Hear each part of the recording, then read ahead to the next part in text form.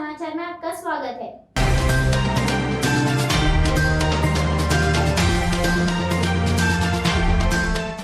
तो सभी विभाग काम कर रहे हैं। जैसा मैंने बताया कि कॉमन सर्विस सेंटर इसको एग्जीक्यूट करेगा। आप जानते हैं सीएससी हमारे आईटी विभाग का एक संस्थान है जिसके अध्यक्ष आईटी सेक्रेटरी होते हैं। जब आपकी सरकार आई थी तो देश में सिर्फ 83,000 सीएससी थे। आज देश में 3,85,000 है। और सिर्फ आपको मैं एक दो बात जरूर कहना चाहूंगा कि जिस तरह से आयुष्मान भारत योजना देश में 5.43 करोड़ फैमिली रजिस्टर हुई है, तो बिहार में 33,15,000 ये सीएससी ने करके दिखाया है। मैंने सीएससी का नंबर दिया। और आरोग्य सेतु के डाउनलोड में भी जो 2.8 करोड़ सीएससी ने काम किया है, उसमें 34.57 लाख बिहार में उन्होंने रजिस्टर करके डाउनलोड किया है। और नए दो काम जो इनको मिले हैं माननीय प्रधानमंत्री जी, इकोनॉमिक सेंसस ये कर रहे हैं। देश में 27.8 करोड़ लोगों का सेंसस इन्होंने अभी तक किया है और बिहार में 2.61 करोड़ का। और मैंने इनसे कहा था कि कोविड में कोई ग्रामीण ई स्टोर खोला जाए, इसका प्रयोग किया जाए, तो लगभग 70 करोड़ का व्यापार सीएससी के बच्चों ने किया है 1.06 लाख स्टोर्स में। और बिहार में भी 2.49 करोड़ का व्यापार लगभग 3,601 स्टोर्स में किया गया है। हमने इनसे कहा था कि आप जरा सा FTTH भी लगाएं, वाईफाई एक्टिवेट करें। तो देश में लगभग 60 लाख वाईफाई को इन लोगों ने एक्टिवेट किया है। बिहार में भी लगभग 2,000 है और आगे भी ये काम करना है। तो ये एक ऐतिहासिक पल है प्रधानमंत्री जी कि सबसे पहले 15 अगस्त की आपकी घोषणा का अनुपालन बिहार में हो रहा है। बिहार के सारे गांव में काम करते हुए हमारी बड़ी इच्छा है कि कम्युनिकेशन इंफ्रास्ट्रक्चर में स्किल्ड वर्कर हमारे गांव-गांव में उपलब्ध हो जाए। और आज आपके इस कार्यक्रम को बिहार और देश भर के लगभग 1.5 लाख सीएससी के बच्चे देख रहे हैं और वो बहुत ही प्रेरित होंगे। बिहार में लगभग 34,821 सीएससी है, तो सब बहुत ही उत्साहित हैं और आपके निर्देश में इस फाइबर से इंटरनेट को गांव-गांव पहुंचाएंगे समय सीमा के अंदर। और आपकी अगुवाई में तो देश में डिजिटल क्रांति हो रही है, तो बिहार के गांव से उसमें और उल्लास आएगा। यही कामना के साथ पुनः आपका बहुत बहुत अभिनंदन। अब हर गांव में ऑप्टिकल फाइबर द्वारा इंटरनेट सुविधा पर आधारित फिल्म का प्रदर्शन किया जाएगा।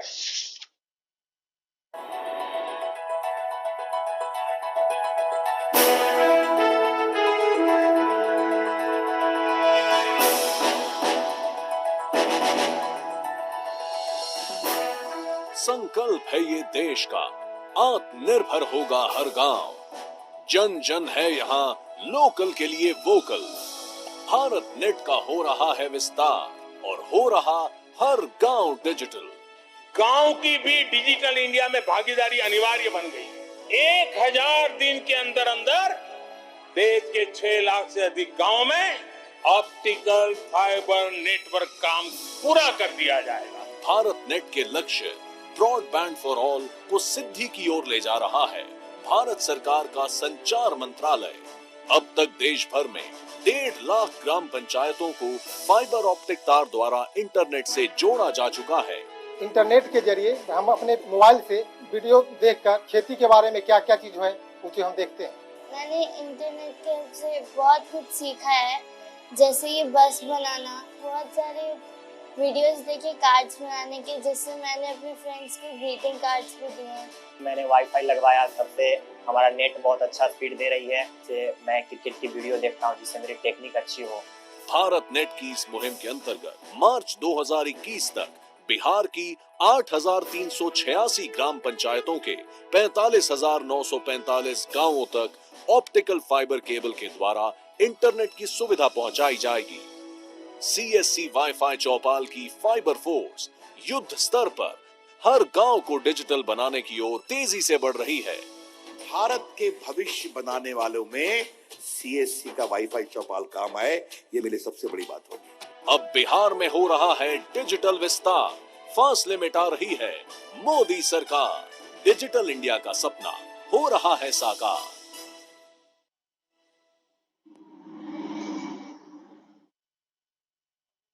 श्री सुशील कुमार मोदी माननीय उप मुख्यमंत्री बिहार से अनुरोध करता हूं कि वे इस अवसर पर अपना संबोधन करने की कृपा करें।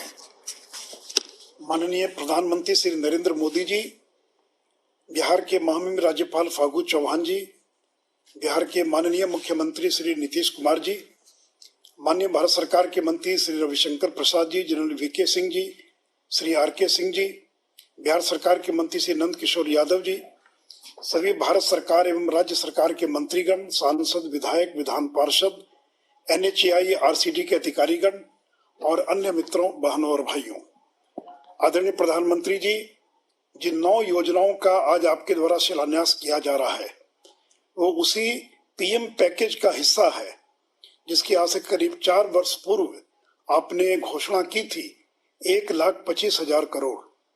मुझे बताते हुए खुशी हो रही है कि इस 1,25,000 करोड़ के पैकेज में सबसे ज्यादा पैसा 54,700 करोड़ केवल सड़क प्रक्षेत्र पर खर्च किया जा रहा है।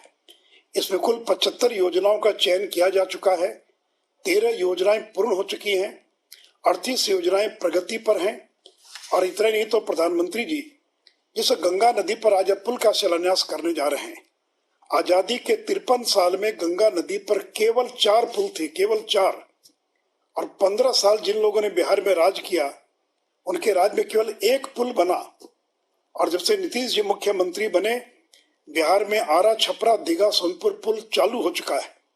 और आज आपके आशीर्वाद से 6 पुल PM पैकेज का हिस्सा हैं, 6 पुल राज्य सरकार बना रही है। इस प्रकार आगे आने वाले दिनों में गंगा नदी पर कुल 17 पुल और 62 लेन क्षमता बिहार के लोगों को प्राप्त हो जाएगी। हर 25 किलोमीटर पर औसतन 1 पुल गंगा नदी पर बिहार के लोगों को मिलेगा। आदरणीय प्रधानमंत्री जी, आप जिस कोसी नदी पर फुलौत में एक पुल का शिलान्यास कर रहे हैं, वो भी मैं बता दूं कि 53 साल में केवल 1 पुल बना कोसी नदी पर, BP मंडल सेतु। 3 पुल हम लोग के कार्यकाल में चालू हो गया और आज फुलौत का शिलान्यास हो रहा है और भेजा और बकौर पुल भी और स्वीकृत हो चुका है। इस प्रकार कुल 6 पुल और केवल कोसी नदी पर और केंद्र राज्य के द्वारा बनाया जा रहा है। आदरणीय प्रधानमंत्री जी, जब कुछ लोग कहते हैं कि PM पैकेज का क्या हुआ, तो मैं उनसे पूछना चाहता हूं कि राजीव गांधी पैकेज का क्या हुआ। बिहार के लोग शायद भूल गए होंगे, 1989 में लोकसभा चुनाव के दौरान स्वर्गीय राजीव गांधी जी उस समय प्रधानमंत्री थे, बिहार के दौरे पर आए थे और 5,700 करोड़ के राजीव पैकेज का ऐलान किया गया था। इसमें Darbhanga Fazilka lateral road, technology mission, filament arm. लेकिन चुनाव हारने के बाद कांग्रेस के लोग उस राजीव गांधी पैकेज को भूल गए। लेकिन मैं धन्यवाद देना चाहूंगा आपको कि आप कभी बिहार पैकेज को, PM पैकेज को भूले नहीं और आप लगातार, और जितनी भी PM पैकेज में घोषणा की गई थी हर सेक्टर के अंदर और काम किया जा रहा है। और इतना ही नहीं तो प्रधानमंत्री जी, अभी माननीय रविशंकर जी ने जो बताया कि बिहार के सभी पंचायतों तक ऑप्टिकल फाइबर नेटवर्क पहुंच चुका है और बिहार के सभी 45,000 गांव तक इंटरनेट की सुविधा उपलब्ध कराई जाएगी। अब गांव के लोगों को भी सस्ते दर पर इंटरनेट का लाभ मिल सकेगा। आदरणीय प्रधानमंत्री जी, जब केंद्र राज्य दोनों मिल जाता है तो किस तरह का परिवर्तन आता है। ये पहला मौका बिहार के अंदर जब केंद्र राज्य दोनों में कोई टकराहट नहीं है, श्रेय लेने की होड़ नहीं है, केंद्र राज्य मिलकर काम कर रहा है। मुझे आज भी याद है कि डॉक्टर जगन्नाथ मिश्रा कांग्रेस से इसलिए अलग हो गए क्योंकि उन्होंने केंद्र पर सौतेलेपन का व्यवहार का आरोप लगाया था। आज केंद्र राज्य दोनों मिलकर काम कर रहा है। उसी का परिणाम है कि बिहार के हर घर में शौचालय है, हर गरीब के पास गैस कनेक्शन है, हर घर में पाइप्ड वाटर सप्लाई है, हर घर में बिजली है, हर 100 से ज्यादा की आबादी के गांव को पक्की सड़क से जोड़ा जा रहा है, हर गांव को पक्की नली गली से जोड़ा जा रहा है, हर गरीब का पक्का घर बन रहा है, 5 लाख तक का स्वास्थ्य सुविधा लोगों को दी जा रही है और अब हर गरीब के घर तक इंटरनेट की सुविधा और पहुंच सकेगी। आदरणीय प्रधानमंत्री जी, आज के इस अवसर पर मैं एक और बात का उल्लेख करना चाहूंगा, क्योंकि सारे बिहार के लोग मर्माहत हैं राज्यसभा के उपसभापति श्री हरवंश जी का बिहार और देश में बहुत सम्मानपूर्ण उनका जीवन रहा है कि लेकिन कल राज्यसभा में उनके साथ जो अमर्यादित घटना हुई है उसने पूरे बिहार की अस्मिता को ठेस पहुंचाई है। विपक्ष ने कल लोकतंत्र के मंदिर में जिस तरह का अमर्यादित बर्ताव व्यवहार किया है वो बेहद निंदनीय है। मैं इतना ही कहना चाहूंगा कि विपक्ष के सम्मानजनक बर्ताव का बिहार की जनता करारा जवाब देगी। तो आदरणीय प्रधानमंत्री जी, फिर से एक बार आज उस पीएम पैकेज को क्रियान्वित करने के लिए, उसका शिलान्यास करने के लिए मैं अपनी ओर से आपको धन्यवाद देता हुआ अपनी बात समाप्त करता हूं। जय हिंद, जय भारत। अब मैं माननीय मुख्यमंत्री बिहार से अनुरोध करना चाहूंगा कि वे इस अवसर पर अपना संबोधन एवं आशीर्वचन देने की कृपा करें। आदरणीय प्रधानमंत्री श्री नरेंद्र मोदी जी, बिहार के महामहिम राज्यपाल श्री फागू चौहान जी, बिहार के माननीय उप मुख्यमंत्री श्री सुशील कुमार मोदी जी, माननीय केंद्रीय मंत्री श्री रविशंकर प्रसाद जी, श्री गिरिराज सिंह जी, केंद्रीय राज्य मंत्री सड़क परिवहन और राजमार्ग मंत्रालय सेवानिवृत्त जनरल वीके सिंह जी, माननीय केंद्रीय राज्य मंत्री संचार तथा इलेक्ट्रॉनिक्स एवं सूचना प्रौद्योगिकी मंत्रालय श्री सामराव संजय घोत्रे जी, माननीय केंद्रीय राज्य मंत्री श्री अश्विनी कुमार चौबे जी, श्री नित्यानंद राय जी, श्री राजकुमार सिंह जी और इस वीडियो कॉन्फ्रेंसिंग के माध्यम से जुड़े हुए अन्य हमारे बिहार के सभी माननीय मंत्रीगण, सभी सांसदगण, सभी विधायकगण, विधान पार्षदगण, सभी जनप्रतिनिधिगण, सभी सम्मानित नेतागण और इस कार्यक्रम से जुड़े हुए सभी केंद्र सरकार और राज्य सरकार के अधिकारीगण, एनएचएआई के चेयरमैन एवं अन्य अधिकारीगण, बहनों एवं भाइयों, मैं सबसे पहले आदरणीय प्रधानमंत्री जी का अभिनंदन करता हूं कि उन्होंने आज फिर बिहार के लिए एक समय निकाला और आज अनेक योजनाओं का शिलान्यास और उद्घाटन का कार्यक्रम रखा है।